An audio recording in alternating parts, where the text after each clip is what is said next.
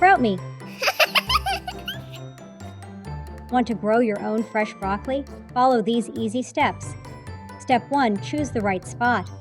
Pick a sunny spot in your garden or use pots with well-draining soil. Broccoli loves sunlight. Step 2. Plant the seeds. Sow the seeds about half an inch deep, spacing them at least 6 inches apart. This gives them room to grow. Step 3. Water and wait. Keep the soil moist but not soggy. In about a week, you'll see tiny sprouts popping up.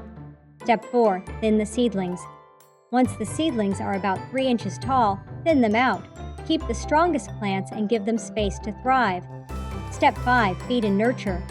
Fertilize every few weeks to help your broccoli grow big and healthy.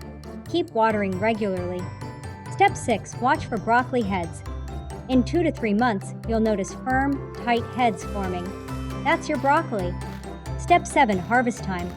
When the heads are fully formed and tight, cut them off with a sharp knife.